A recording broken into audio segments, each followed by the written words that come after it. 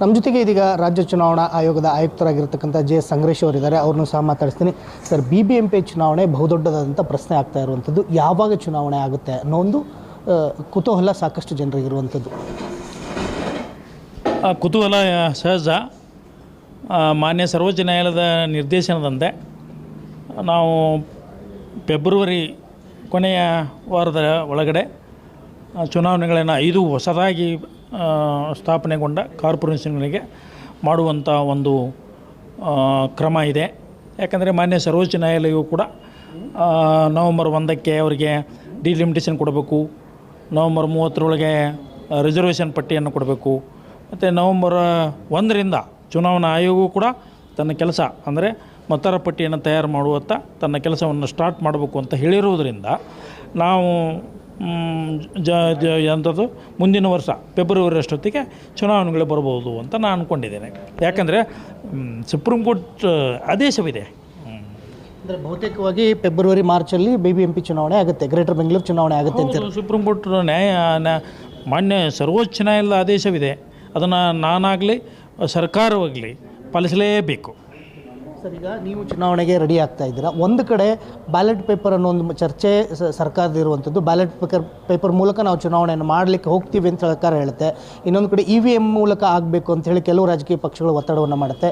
ಈ BBMP greater Bengaluru ಚುನಾವಣೆಗೆ ಯಾವ ರೀತಿಯಾಗಿ ಬ್ಯಾಲೆಟ್ ಪೇಪರ್ ಅಥವಾ EVM ಸರ್?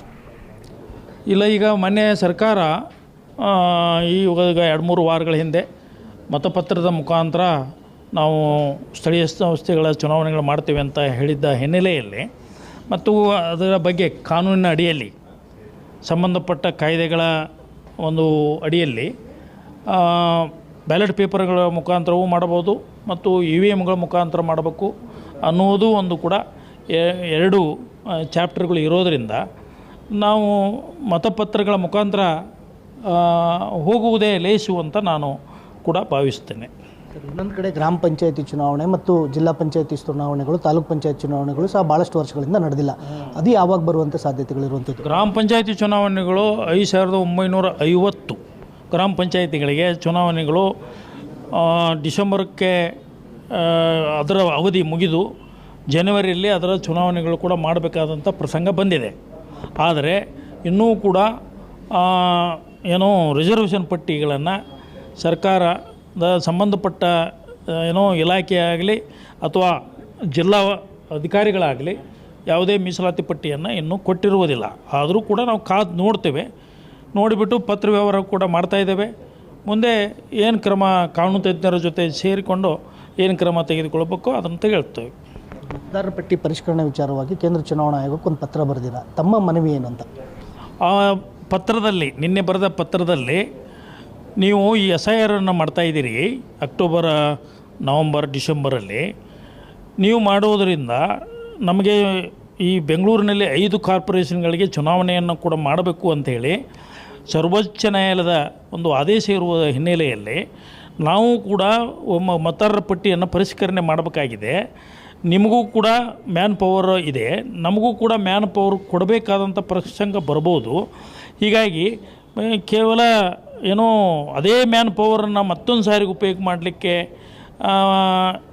ತೊಂದರೆ ಆದೀತಲ್ಲ ಅನ್ನುವ ಒಂದು ಉದ್ದೇಶದಿಂದ ನೀವೇ SIR ಒಂದು 3-4 ತಿಂಗಳ ಕಾಲ ಮುಂದೂಡಿ ಅಂತ ನಾನು. ಬೆಂಗಳೂರು ವ್ಯಾಪ್ತಿಗೆ ಮಾತ್ರನಾ ಹೇಗೆ ಅಂತ? ಬೆಂಗಳೂರಿಗೆ ಮಾತ್ರ. ಯಾಕಂದರೆ ಮೊನ್ನೆ ಸರ್ವೋಚ್ಚ ನ್ಯಾಯಾಲಯದ ತೀರ್ಪಿದೆ. ಆ ತೀರ್ಪನ್ನು ನಾವು ಪಾಲಿಸಲೇಬೇಕು, ನಾವು ಆಗಲಿ ಮತ್ತು ರಾಜ್ಯ ಸರ್ಕಾರವಾಗಲಿ. ಹೀಗಾಗಿ ನವಂಬರ್ 1ಕ್ಕೆ ನಮ್ಮ ಕೆಲಸ ಪ್ರಾರಂಭ ಆಗಲೇಬೇಕು. ಯಾವುದು? ಮತದಾರರ ಪಟ್ಟಿ ತಯಾರು ಮಾಡುವುದು. ಹೀಗಾಗಿ ನೀವು ಮಾಡ್ಕೋತ ಕೂತ್ಬಿಟ್ರೆ ಮ್ಯಾನ್ ಪವರ್ ಬೇಕಲ್ಲ ನಮಗೆ.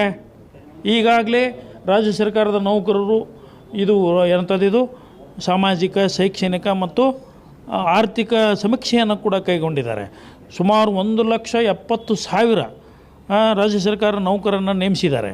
ಮತ್ತು SIRಗೂ ನೀವು ಇಡೀ ರಾಜ್ಯದಲ್ಲಿ ಮಾಡುವ ಹಂತದಲ್ಲಿ ಅಷ್ಟೇ ಪ್ರಮಾಣದ ನೀವು ಸರ್ಕಾರಿ ನೌಕರರನ್ನು ಬಳಸ್ಕೊಳ್ಬೇಕಾಗ್ತದೆ. ಆವಾಗ ಮತ್ತು ನಾನು ಮಾಡಬೇಕಾದಾಗ ರಾಜ್ಯ ಚುನಾವಣಾ ಆಯೋಗ ಕೂಡ ಮಾಡಬೇಕಾದ ಪ್ರಸಂಗದಲ್ಲಿ ನನಗೆ ಬೆಂಗಳೂರು ಸಿಟಿಯಲ್ಲಿ ಮತ್ತು ನನಗೆ 9,000 ಬೂತ್ ಇದ್ದಾವೆ. BLಗಳನ್ನು ನೇಮಕ ಮಾಡ್ಬೇಕು ನಾವು. 18,000 ನಾವು ಡಬಲ್ ಹಾಕಿ ಇಬ್ಬರನ್ನ ಮಾಡಿದರೆ 18ರಿಂದ 20,000 ಬೂತ್ ಬೇಲುಗಳು ನೇಮಿಸಬೇಕು. ಅವರು ಎಲ್ಲಿಂದ ತರ್ತಾರೆ ಅವರು? ಹೀಗಾಗಿ ನೀವು ನಮಗೇನು ರಾಜ್ಯ ಸರ್ಕಾರ ಕೊಟ್ಟರೆ ನನ್ನದೇನು ತೊಂದರೆ ಇಲ್ಲ, ಅವರು SIR ಮಾಡಲಿ, ನಾನು ಕೂಡ ರಿವಿಷನ್ ಮಾಡ್ತೇನೆ. ಕೊಡೋದು ಸರ್ಕಾರಕ್ಕೆ ಬಿಟ್ಟದ್ದು, ಹೌದಾ? ಅವರು ಕೂಡ ಸುಪ್ರೀಂ ಕೋರ್ಟ್ ನ್ಯಾಯಾಲಯದ ಆದೇಶವನ್ನು ಪಾಲಿಸಬೇಕಾಗಿದೆ, ನಾನು ಕೂಡ ಸುಪ್ರೀಂ ಕೋರ್ಟ್ ನ್ಯಾಯಾಲಯದ ಆದೇಶವನ್ನು ಪಾಲಿಸಬೇಕಾಗಿದೆ.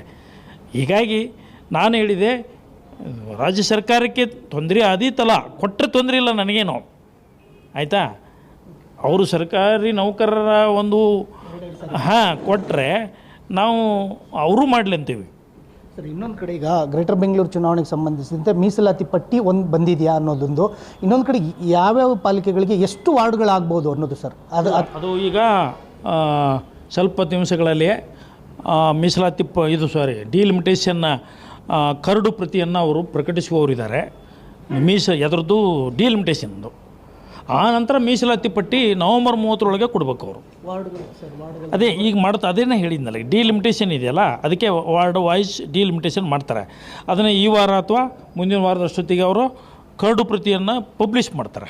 ಅವಾಗ ಗೊತ್ತಾಗ್ತೈತೆ ಎಲ್ಲರಿಗೂ. ನಮಗೂ ಈಗ ಗೊತ್ತಿಲ್ಲ ಎಷ್ಟು ಅನ್ನೋದು, ನಮಗೂ ಗೊತ್ತಿಲ್ಲ. ಇದಿಷ್ಟು ರಾಜ್ಯ ಚುನಾವಣಾ ಆಯೋಗದ ಆಯುಕ್ತರ ಮಾತುಗಳು.